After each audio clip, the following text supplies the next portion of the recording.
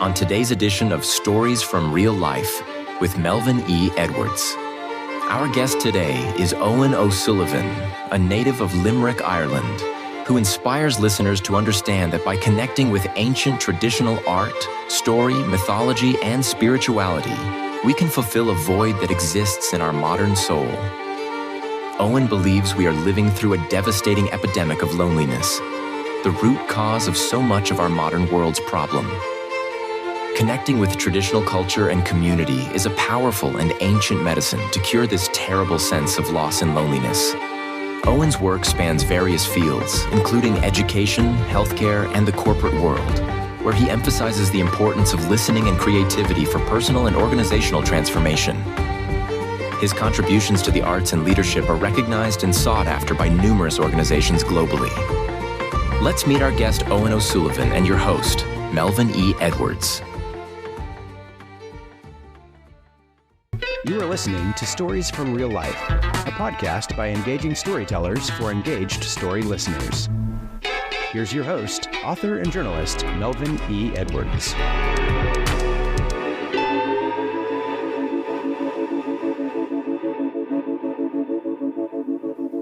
Hello again, and welcome to this week's episode of Stories from Real Life. I'm your host, Melvin E. Edwards. Thanks for joining me on this week's storytelling adventure. Our guest is Irish storyteller, musician, and keeper of ancient wisdom, Owen Ó Súilleabháin.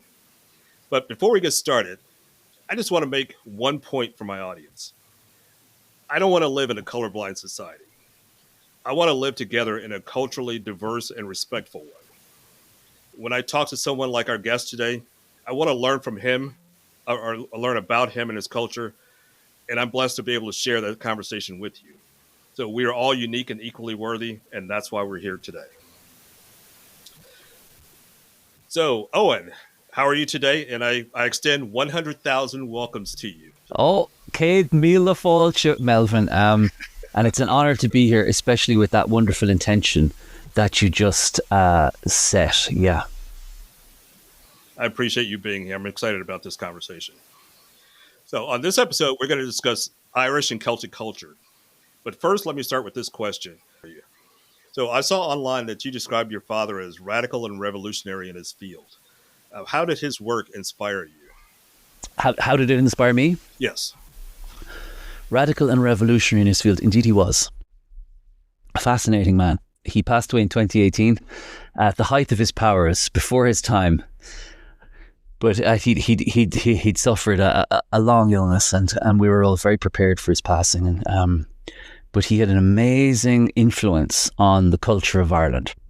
Amazing man. And as he was as beautiful and generous a father as he was an artistic and cultural leader too, which I love to say early on because I'm a father myself, and I love, to always emphasize the importance of the family life and the home life when speaking about these great grand gestures that people can make culturally and organizationally. I believe really the most important part of our lives is the most personal part of our lives, and the most beautiful part. It's the most difficult part of our lives actually too. And it's the thing we leave behind actually. That's the most important. But anyway, my father was an extraordinarily public persona, and he came of age in the 1960s in Ireland, and went to the university. He won a scholarship to go to university. He was the first in his family to go to college, and had to stay back a year to qualify for this scholarship actually. And he was always a great advocate for university higher level access. And there at the university, he happened to walk into a hotbed of cultural flowering that was happening, and it was really exemplified by a teacher there, a professor, a man called Sean Ó Súilleabháin. Sean Ó Súilleabháin. And Sean Ó Súilleabháin, back in the 60s, was the first person to ever to re-evaluate Irish traditional music and Irish culture in a way that had been lost in the modern world. So back in the 50s and 60s, the height of culture was thought to be British culture, and that the Irish culture was old-fashioned and embarrassing and a thing of the past and something to be forgotten and let go of. And the height of global culture was, the British culture, the English language, and being a global citizen. And Sean Ó Súilleabháin came and said, you know what, actually, that's not true. That's actually not a true story. And we're standing on a gold mine here. And Irish traditional culture is on a par with all the great global cultures in the world. And it is an ancient and a beautiful culture, a culture that holds extraordinary wisdom and learning and sophistication and beauty. And so what Sean did was he he dedicated himself to the Irish language. And his name was Sean Reedy, actually, John Reedy. And he changed his name into the Irish language, Sean Ó Súilleabháin, which is the ancient form of the Anglicization of his name. And he went to the local Irish-speaking area. There was a handful of Irish-speaking areas left at the time, as there are today, and dedicated himself to learning the Irish language and Irish culture. And he took a bunch of these farmers and fishermen from the region, and they were singing these extraordinary songs and holding this amazing culture and music. And Sean, he arranged a stage show of this music and brought it and put on a show in Dublin. This was the first time that Irish traditional music was featured on a stage in a theatre. It had never been, because it was before that time, it was a peasant culture. And it was frowned upon, like a redneck or hillbilly culture, something that was beneath contempt of civilized society. And so Sean took it, put it on a stage, and he dressed up the lads in a tuxedos, and put them up on stage. And he arranged this show. And there was a famous recording of it, Ó Súilleabháin Gaiety, the Gaiety Theatre. So the album is simply called Ó Súilleabháin in the Gaiety, Ó Súilleabháin Gaiety. And Sean had also scored this music, bringing Irish traditional music and classical music together for a famous movie that was shot at the time. And it really inspired the Irish imagination and caused people to look into Irish traditional culture in a new way, and in a way that reevaluated Irish culture. And so my father was an 18-year-old boy stepping into the music department in the University College Cork with Sean Ó Súilleabháin as his professor. And there he met my mother, Nora Nurian. And the two of them instantly fell in love with each other and with Irish traditional culture. And their whole lives were dedicated to reevaluating and renewing Ireland's perception of its own identity and the world's perception of Ireland's identity too. And so it's hard for us today to imagine a time when Irish traditional culture was looked down upon to the extent that it was in the 1950s and 60s, But it was very much a contemptible culture for civilized society at the time. And my father and my mother too dedicated their lives to bringing Irish traditional culture on a world stage and saying that this is a world culture. And while my father was he was an amazing virtuosic piano player and brought Irish traditional music to the piano, to the orchestra, to jazz. But he also brought the performance of Irish traditional music and dance into the university system, where you could get accredited, you could get a degree in the performance of Irish traditional dance and culture. So this all sounds to our minds today in 2025 very radical and unrevolutionary. Like, what's the big deal? You're getting a master's degree in Irish dancing, But it's important to know that times change and things change, and there actually was a time when getting a master's in Irish traditional dance was treasonous and punishable by death, actually. There was a time where studying the Irish language was something that you could be put to death for doing during the penal times. You have to go back about 220 years in Ireland for that to be the case. But in Ireland, that's not a long time, Melvin. That's not a long time at all, you know.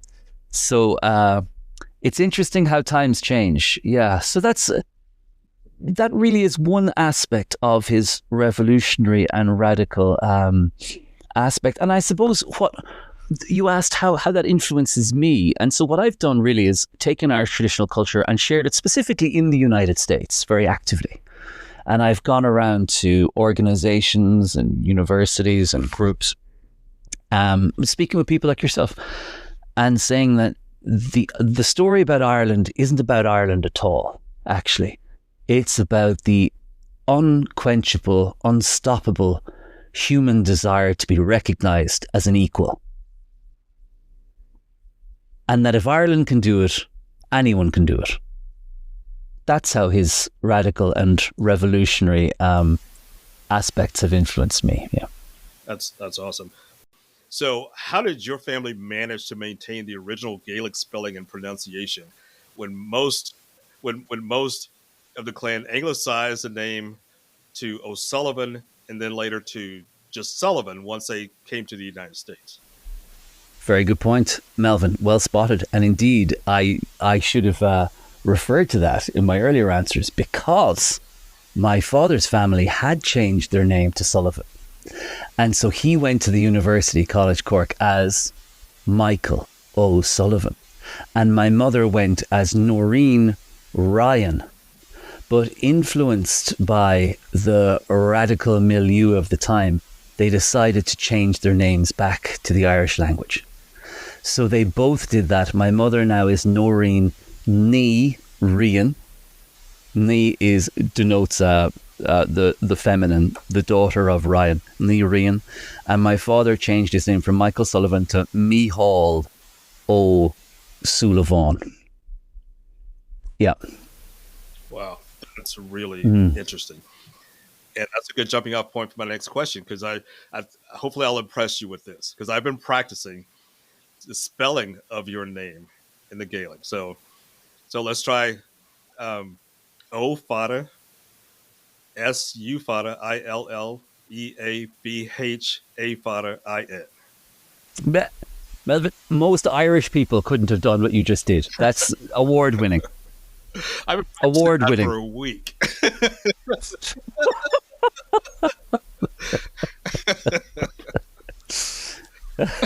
It's so strange. In the US, people spell the name better than people in Ireland. People in Ireland are just lazy. They'll just jam it out. But people in the US will actually take the time to copy and paste and make sure it's all okay. You know?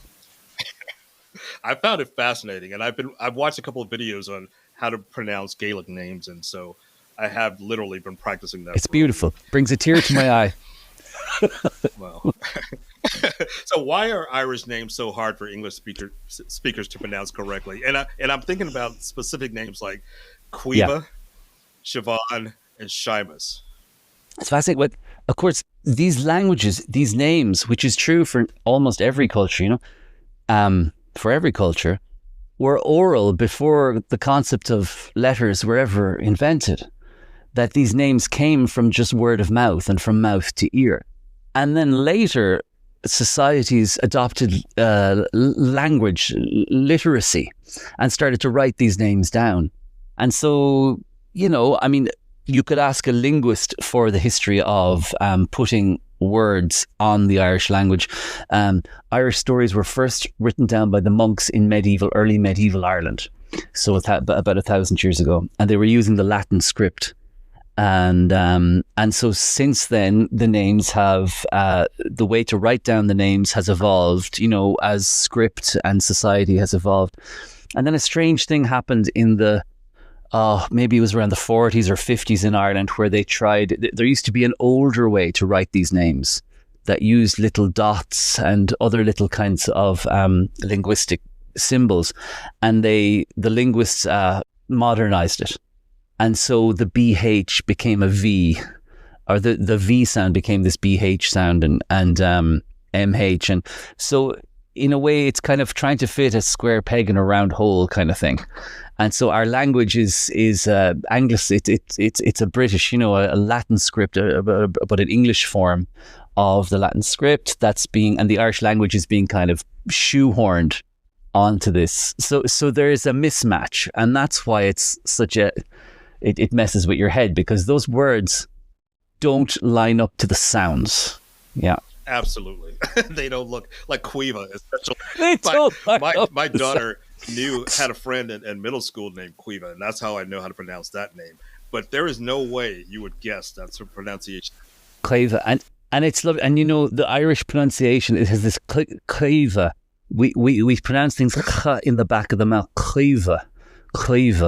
That's a lovely softness, which of course the language can never, the English script or the English way of pronunciation doesn't pronounce like that, so there isn't even a way to denote Quiva, that lovely gentle sound. Yeah, for the video I'll put the spelling up so people can see it, because they're not going to guess. If you don't know, they're not going to guess.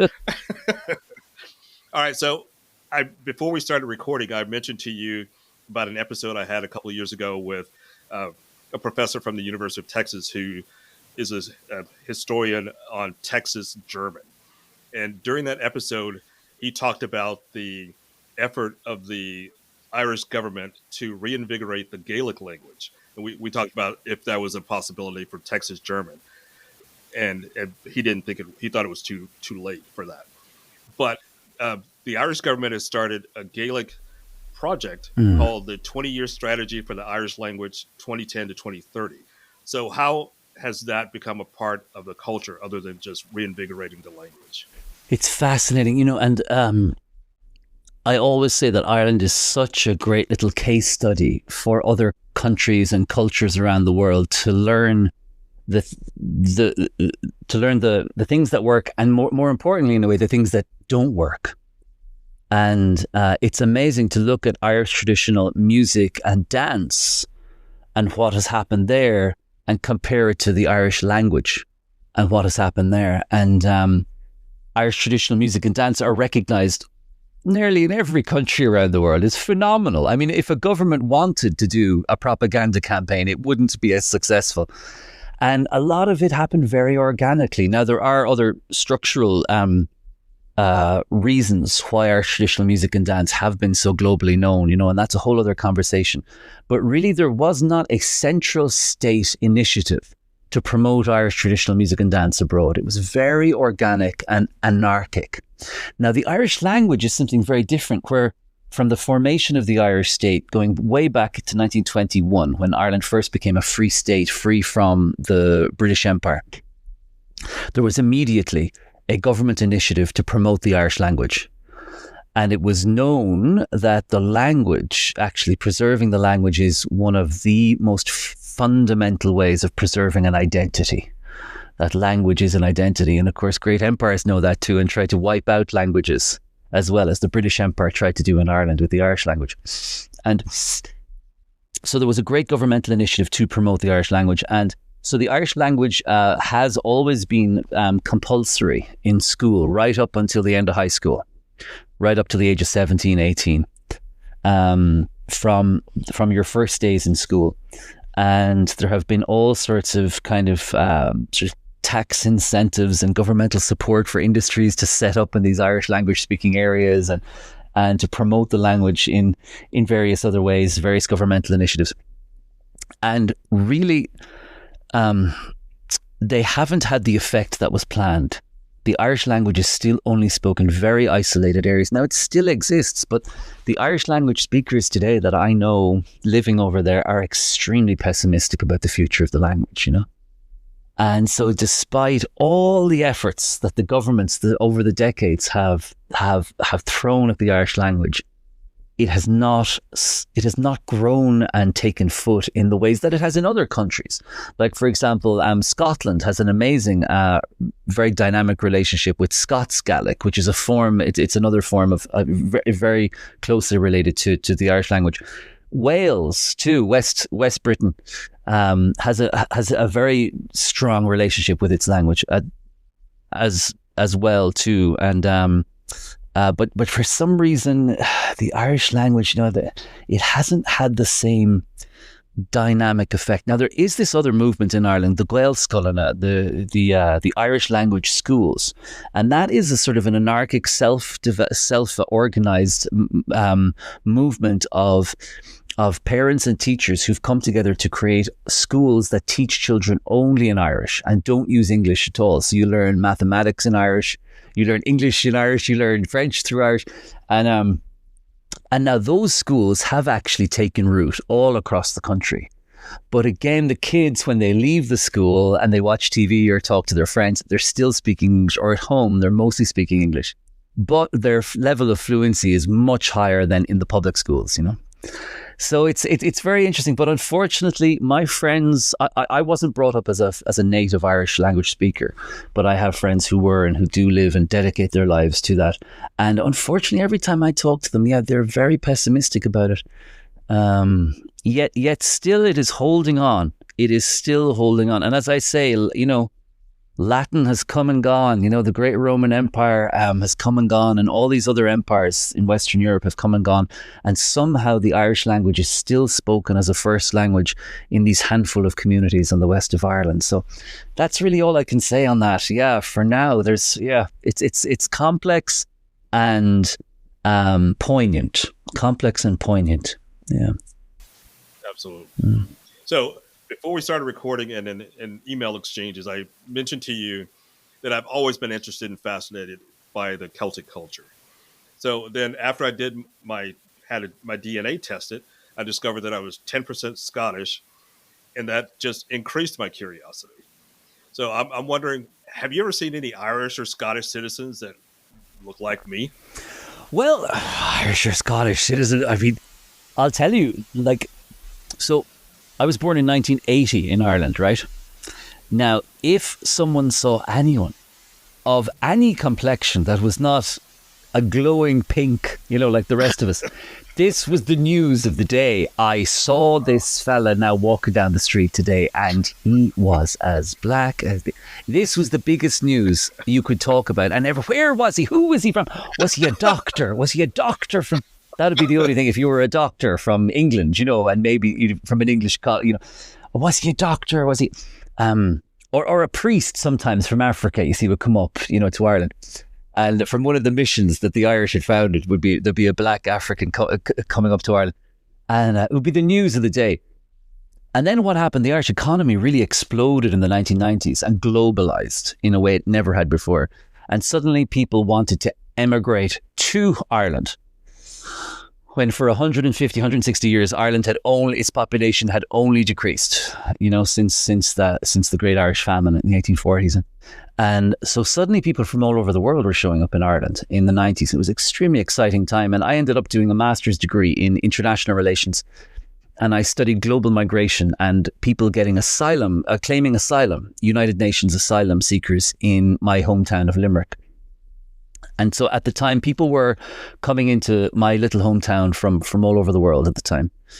And that was the first wave. But since then, and that was in the early 2000s, and over the last 20 years, actually, Ireland, more and more immigration has come to Ireland. And the people who came in the 90s and the early 2000s started having kids. So now there's 20-year-old kids, 20-year-old Irish people, you know, of all complexions and shades, with the purest Irish accents you could imagine from all parts of the country. And Ireland has hugely diverse accents, you know, from Dublin city, there's maybe 4 or 5 different accents where you can tell where the person's from. My city of Limerick, there's about 3 accents, and you can tell exactly where people are from, and even their education level, you know, and their class. It's a marker of class as well too.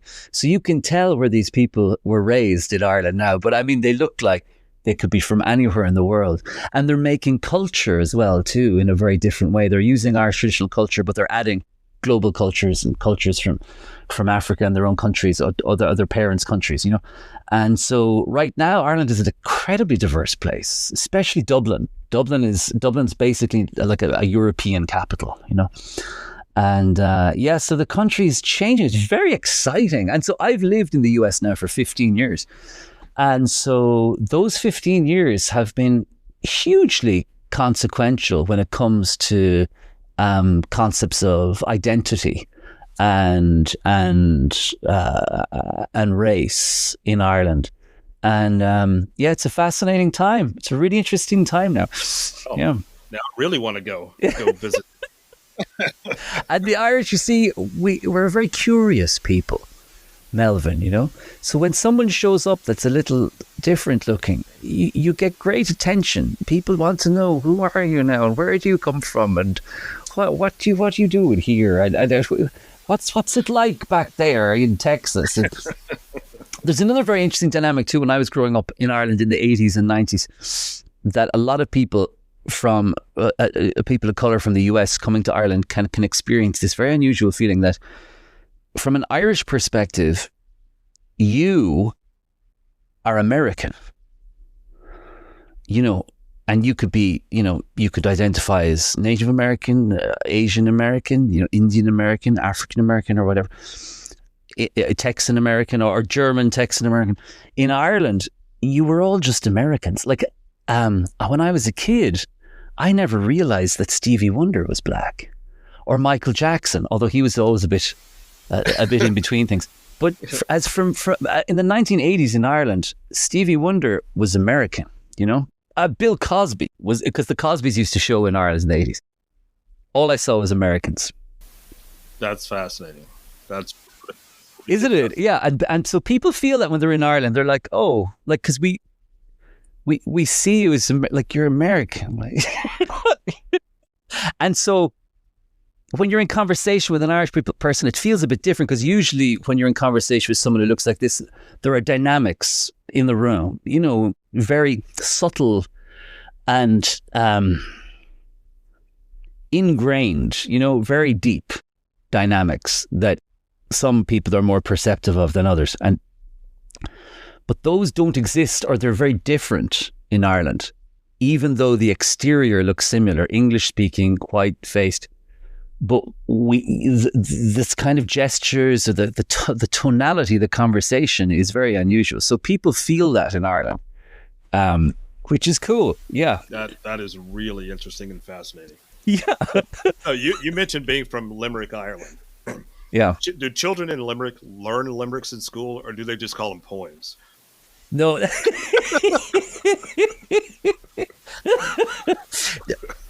a great question.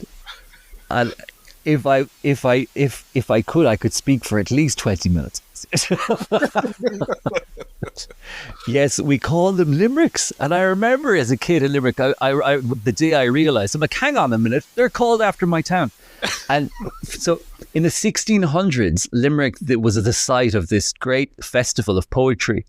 And these poets from all around would come, and they would battle rap in this form of poetry. And it took its name from Adair, the town near Limerick where it was from. And seemingly these poets would extemporaneously, you know, do this battle rap in this form with each other, and they would be adjudicated, you know, and there would be a winner. And the greatest poet would be able to, you know, be the most tricky and the most deft with their language in this form. And then, of course, yeah, they've famously taken on a much more bawdy and ribald flavour, yeah, as they've gone through time. So, but perhaps they always had that kind of spin or hit to them, you know, that there was something in it. So there's a great history to it there. But no, we love limericks in Ireland, yeah, to this day. I never would have thought of rap battles in Ireland, and that never would have crossed my mind. Great poetic lineage in that country, I can tell you. Yeah, proud. What I want to talk to you about now. Do you have a favorite Irish poem that you'd like to share with us? Well, I'll tell you, my favorite Irish poet right now is Seamus Heaney. Seamus Heaney, Heaney. And Heaney died about what we're 2025, maybe back in 2009 or 10 or something. He was very much the poetic sort of elder of my parents' generation, and in Ireland, poets are taken very seriously, very, very seriously. The poet is considered at the vanguard of culture. They are almost like a druid incanting the world into being. And they are imbued with a great sense of importance and national potency. Yeah, even in our modern world today. And Seamus Heaney donned that mantle of Ireland's national poet, especially during the time he was born in Northern Ireland, which is still in the United Kingdom.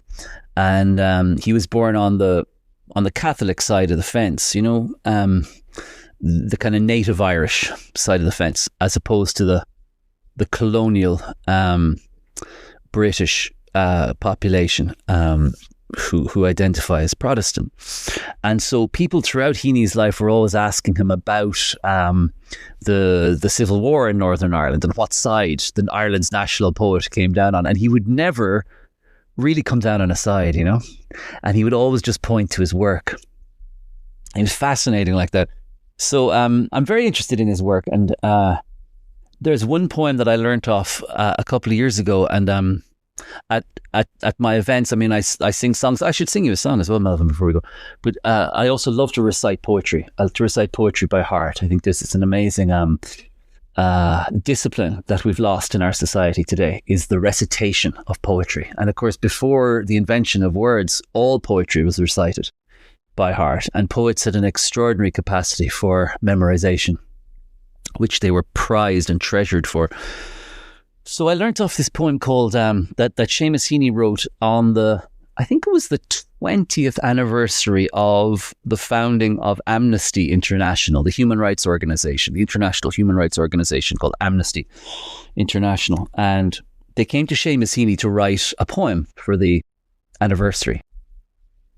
And at first he tried and sort of did all kinds of research and tried to find a way in, and he couldn't, he said. He had to actually refuse the commission. And of course, the minute he refused it, the poem came to him. And this is an extraordinary poem called From the Republic of Conscience. From the Republic of Conscience. And he talks about visiting this imaginary place. And so I'll try to recite it. And if I stumble, I'll have to pull it up. So this is Seamus Heaney from the Republic of Conscience. And he says, when the engine stopped, it was so quiet on the runway that you could hear a curlew calling high up in the air. At immigration, the old man produced a wallet from his homespun coat and showed me a photograph of my grandfather. The woman at customs asked me to declare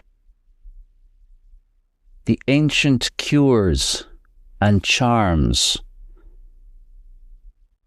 for averting the evil eye. No porters, no luggage, no taxis. You carried your own baggage, and pretty soon all feelings of creeping privilege slipped away. And actually, I'll just pull up the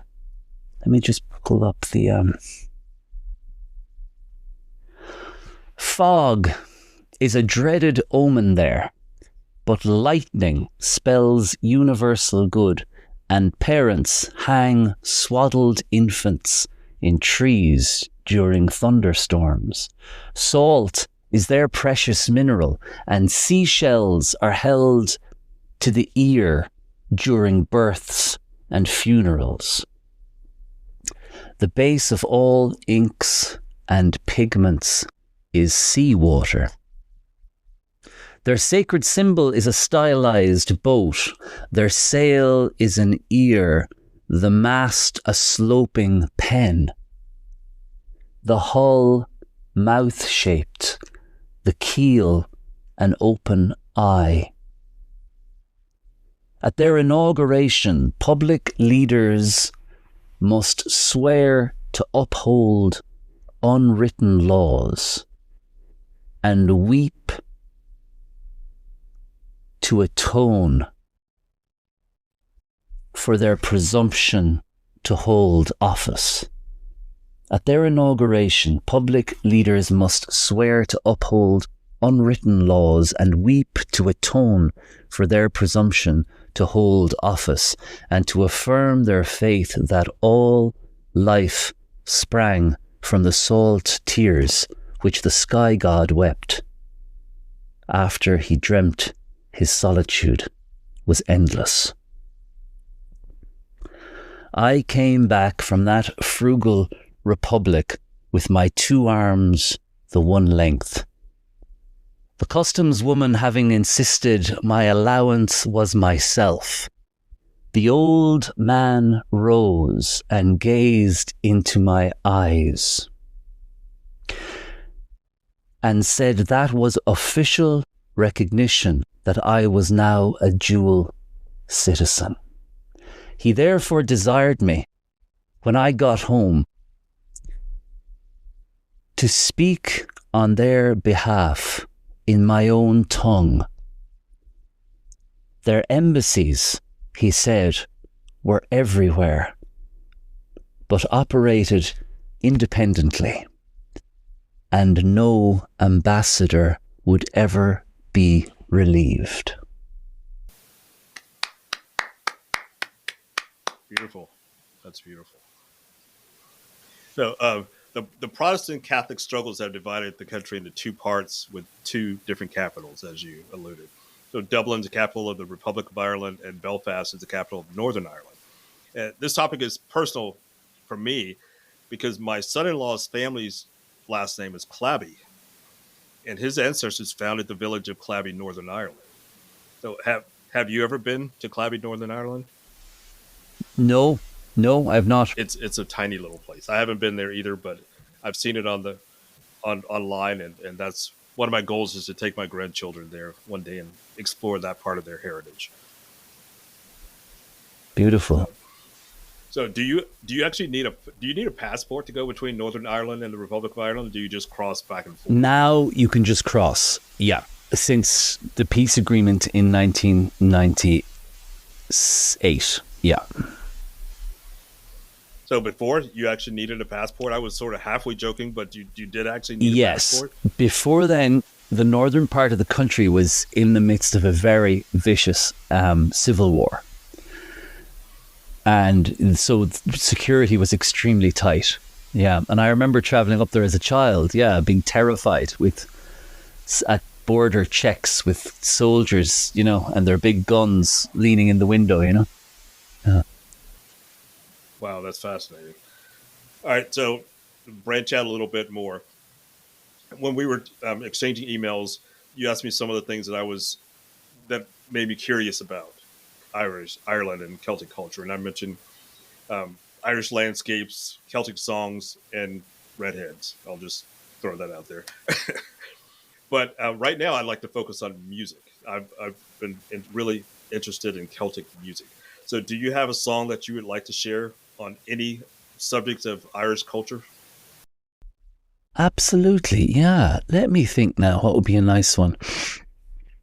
Of course, there's another great poet before Seamus Heaney. One of Ireland's other great national poets was a man called William Butler Yeats.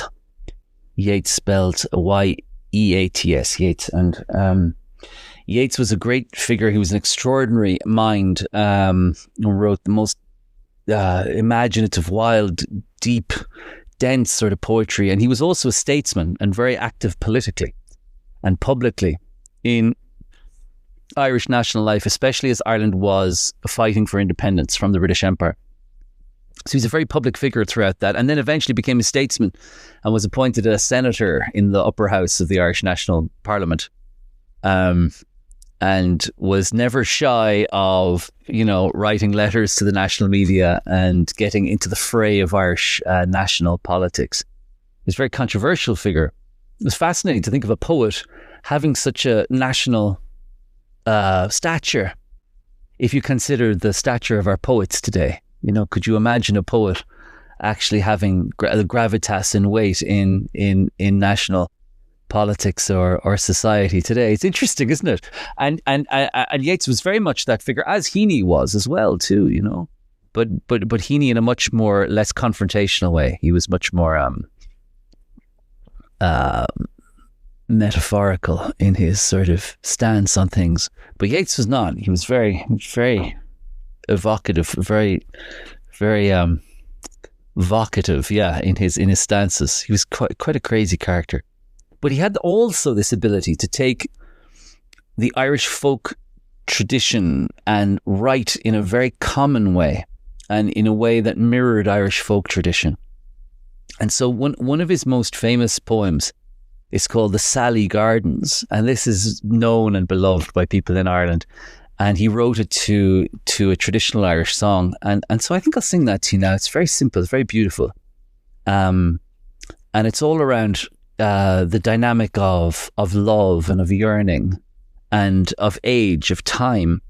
And as well, too, it continuously returns to the healing power of the natural world and how the natural world, the Sally Gardens, the Sally there refers to the Sally tree. The Sally tree is also known as the willow. And the Sally tree has always had the association of something very medicinal and potent. And so we get aspirin from the Sally, the bark of the Sally tree. And so even in our pharmaceutical contemporary modern world, it is a tree that we go to for the relieving of pain. And in the past, if you were sailing and you saw a Sally garden on the shore, you knew that there was fresh, clear water to get, that the Sally tree loved growing around fresh, clear streams and brooks. So the Sally tree was always a place for refuge and for calm and for beauty and for healing water to come. So Yeats is talking about this phenomenon of learning from the natural world and observing the natural world, and specifically how water works in the natural world when it comes to healing our own pain. So I'll give you an old blast of the Sally Gardens. Hang on, I'll play. I'll play it here on my guitar. Is that coming through? Yes, it is. Is that coming clear? Through? Okay?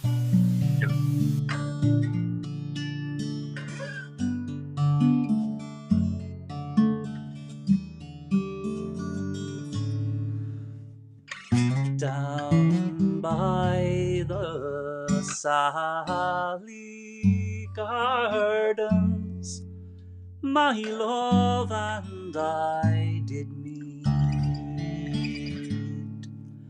She passed the Sally Gardens with her little snow white feet. She bid me take life easy as the leaves grow on the trees.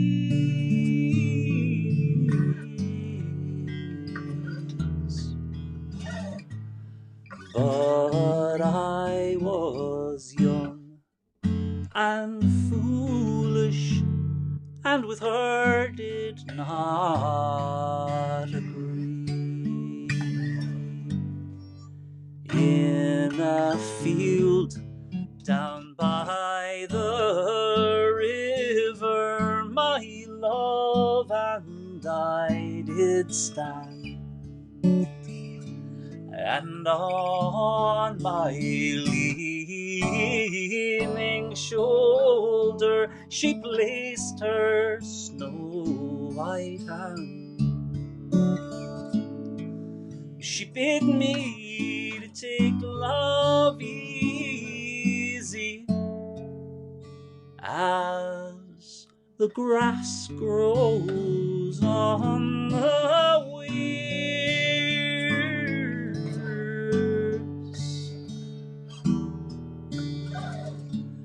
But I, being young and foolish,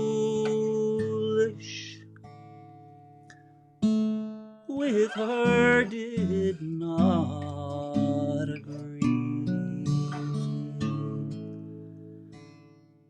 now I'm full of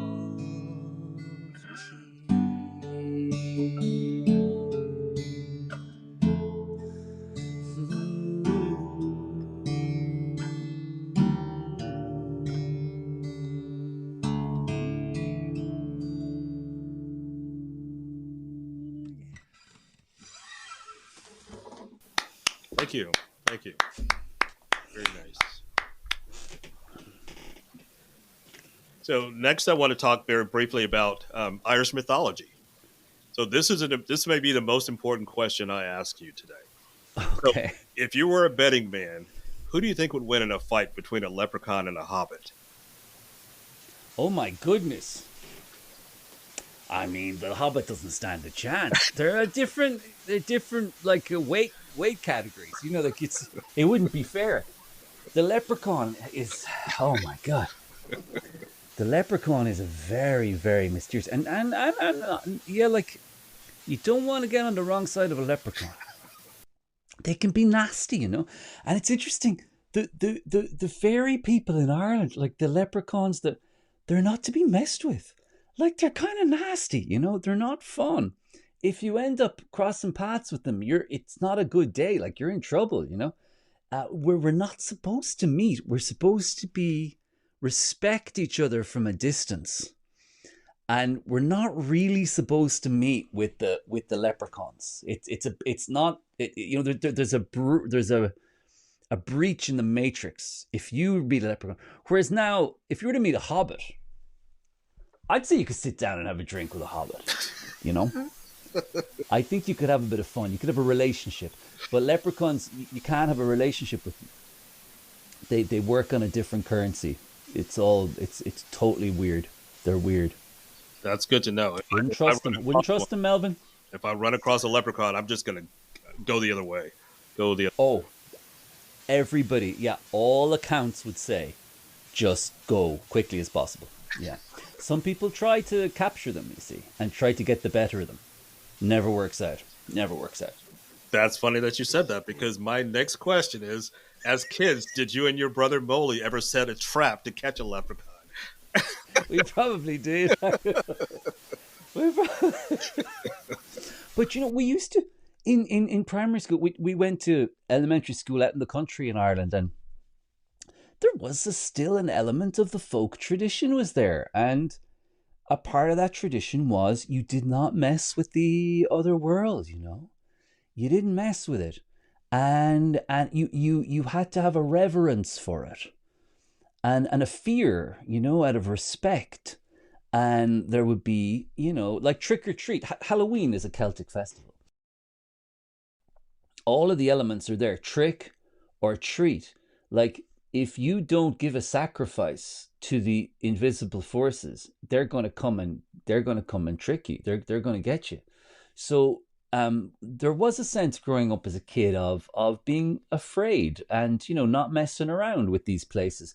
Farmers don't, you know, still today, this day, they will leave certain trees and circles. They will not plow through them. Right up to this day, there's a reverence for it. You don't mess around with that fairy tree. You don't plow through that stone circle, you know. And that's there today, yeah. Wow, that's interesting. How many four-leaf clovers have you seen in your life? Probably a few. Yeah. Often it's someone will run up to me with one, you know, that we bring to Ireland or something, and they'll insist that they found one. And were they all in Ireland, the ones you found? And it's interesting, you know, it's funny that the whole association with Irish culture and luck, you know, and fortune. And there's a really funny song, I don't know if you know of it. John Lennon wrote a song about the luck of the Irish. Do you ever hear that one? I'm sure I have. Every song by the Beatles and them together individually. It's so funny. What are the lyrics? Hang on a second. Let me check this out. It's so funny. Hang on. It goes, okay, 1, 2, 3. If you had the look of the Irish, you'd be sorry and wish you were dead. You should have the look of the Irish and you'd wish you were English instead. 1,000 years of torture and hunger drove the people away from their land, a land full of beauty and wonder, was raped by the British brigands. Wow. And his whole thing is, if you had the look of the Irish, you'd be sorry and wish you were dead, you know? Well, let's just stick with the good luck part of the four-leaf clover, not that. That sounds tragic. There's something there, and I think it goes back to the geography of the place, that it has this miraculous geography in a place where it shouldn't have, and it has this extraordinarily hospitable climate, that's shocking to the continental imagination, where you're fighting for survival so often in so many seasons, and those don't come into play. Those you don't have to worry about those types of climates when you're in Ireland, and so it feels very fortunate, very blessed. Wow. So I just have a couple more questions as we start to wind down the conversation. One thing I'm really curious about before we go: in the late 1990s, I was obsessed with this Christian Celtic band called Eden's Bridge. In fact, my youngest daughter is named Eden because of that band. So do you happen to, by any chance, know the lead singer of that band? And her name is Sarah Lacey. Sarah Lacey, Eden's Bridge. No, I've never heard of them now. Wow. Now you have a homework assignment. You've got to go and I'll have to check them out. Yeah. And do you think, did they come out of Ireland, or were they based in the US, or do you know? I'm pretty sure they were based in Ireland. Oh, interesting. Eden's Bridge. The 90s. My daughter was born in 99. So he's 7 and 9. I'll have to check them out. And here's a question for you, Melvin. Like, from what I've been saying about those associations and images of Ireland, does that ring a bell with your own idea and sort of romantic idea of the place itself? Does it fit? Yeah. Generally, I like the thing about not being at risk of being killed by the Four Seasons. That's something I never considered before.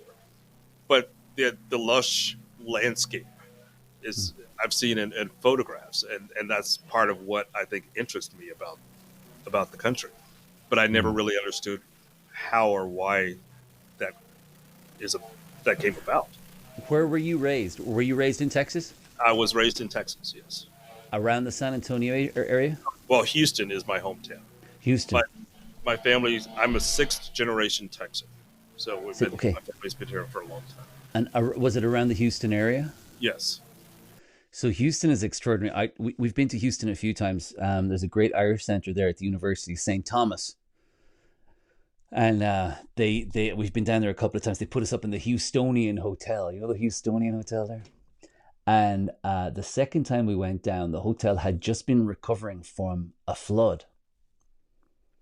A huge flood that had come in and swamped the whole hotel. And the time we were there before, the land was parched, and there was a little river nearby and a beautiful park.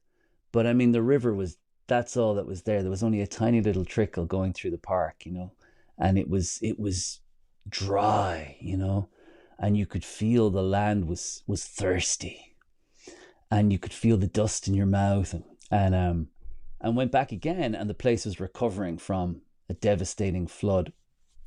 And I just thought to myself of those extremes, and then of course, and then seeing, I mean, Ireland is just the water is everywhere. There's wells and streams and rivers, but it rarely actually floods, It's just wet all the time, but rarely do you get these deluges or floods. Now, in some towns and built up areas more recently, there have been problems with floods. But of course, a lot of that has to do with the development itself, building on places where people, wouldn't have built in the past. And so it must have been interesting seeing these, and of course that means it's green all the time. Like, never it doesn't, there's no forest fires in Ireland. There's never been a fire. Like, it's not a thing. It can't happen. It's too wet, And so that's a big part of those photos that you would have seen to the Houstonian, San Antonian imagination, is this constancy of green. Must be quite unbelievable. Yeah. Absolutely. Yes. Yeah. Houston rains. We get about 40 inches of rain a year in Houston, often more. San Antonio, not even half that amount. And it's Wow. hotter in San Antonio than Houston, but it's more humid in Houston than San Antonio. So you get Yes. varieties of generally bad weather, extreme heat, hurricanes in the summertime, or tornadoes. Hurricanes. There's a hurricane blows in off the Atlantic once every like 20 years. And one just hit Ireland actually a few months ago, and the country is just not built for it. So there was 30,000 places without power for a week or something, and scrambling to try to get the place up. So yeah, we just get about a hurricane once every 20 years or something. It's the tail end of one that comes in through the US and then it comes over across the Atlantic, so it's at the tail end of the energies of the things you guys get in off the Gulf there, so. Well, Melvin, I can't wait until you visit Ireland. Will you remember to contact me when you go to visit? Not only that, I hope to have you as my tour guide. That would be the ultimate. Well, you would be extremely welcome. I mean, we lead these with my mother and my brother. We lead these experiences in Ireland that are deep dives into the cultural and spiritual landscape. And what we do is very different to the great pioneering American imagination of trying to see everything in Ireland in 1 week. We stay in one place for the week and we form a little community. And then each day we drive around in 4 minivans and we gather together in the morning first for a session of poetry and song and story and conversation like we're having here. And then we head out for a trip to these sites. And in Ireland is just littered with these places, these holy wells and ancient sites, sacred sites and cultural nodes in the landscape. And we go and visit those places and we'll sing there or give an old poem there to these places and a bit of the history. And then, of course, Irish food is extraordinary. All local, natural, organic food and great company. And so, it would be an honor to have you along someday. Yeah. That would be amazing. Yeah. So you touched on it, but I want you to be specific in discussing the Inner Soul Circle.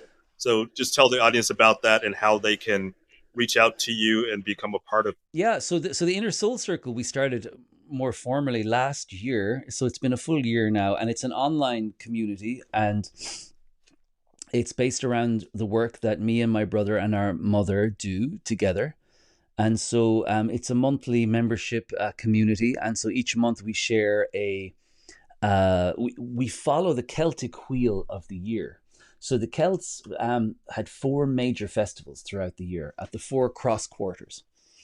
And in the Western imagination, we highlight the solstices and the equinoxes, we think are the main points of the year. But the Celts actually believe that the most important points of the year were in between those 4 nodes at the cross quarters, which is a great insight into the Celtic imagination, which really prized the concept of threshold, of movement, rather than of stasis and set kind of identity. That the Celts always believed in this concept of motion and movement. So they much preferred to mark the threshold times between those high and low points. So the four Celtic seasons are based on those cross quarters. And so each season we focus in on those quarters, which of course are just metaphors for the inner life, because we all have these inner seasons going on within us. Many, the great wheel of the year is one life's whole turning. But within us at all times, we have all these different seasonal relationships with our work, with our family lives, with our sense of artistry and creativity and spirituality. And so we look at the season as a metaphor for these things. And there's great culture and mythology and story when it comes around that. So each month we send out a letter from one of the 3 of us. We send out then the following week a pre-recorded course that we've given online around these themes of the season. And then on the 3rd Saturday of each month, we meet live online for a 2-hour live session on Zoom. And me, my brother, and my mom, and we have a bit of conversation, and then we break people off into breakout rooms to have a conversation amongst each other, because this is all about a community. And we meet on this online platform called The Circle, and it has a phone app and everything, and we can share just like a social media website, and people can reach out and keep in touch with each other through that website as well too. So that's the inner soul circle, and then we bring people to Ireland as well too for the week, and myself and my brother perform regularly around the country here as well too, and work with organizations and individuals in very interesting ways. Yeah, that is all so interesting and fascinating. So Owen, thank you so much for joining me today and sharing your wisdom and talent with the audience. It's been one of the highlights of my year to have this conversation with you today. Well, that's very nice. And may I just also affirm your great intention for sharing these stories and elevating the common humanity that we have, and that the necessity of mutual respect when it comes to having a decent and good society and world, which we all wish to share and bequeath to the next generation. So I honor you for that, Melvin. Thank you very much. Thank you. So if you don't already follow me on Spotify or some other podcast platform, I would appreciate it if you would do that now. And please share this episode with somebody else who would think it was as interesting and fascinating as I do. And if they don't, send it to them anyway. They'll listen to it, and then they'll find it interesting and fascinating. So that's it for today's episode of Stories from Real Life. Join us again next time for another chance to learn from each other. Until then, don't forget to shine your light wherever you go. That was Stories from Real Life. Join us again next week for another great storytelling journey. See you next time.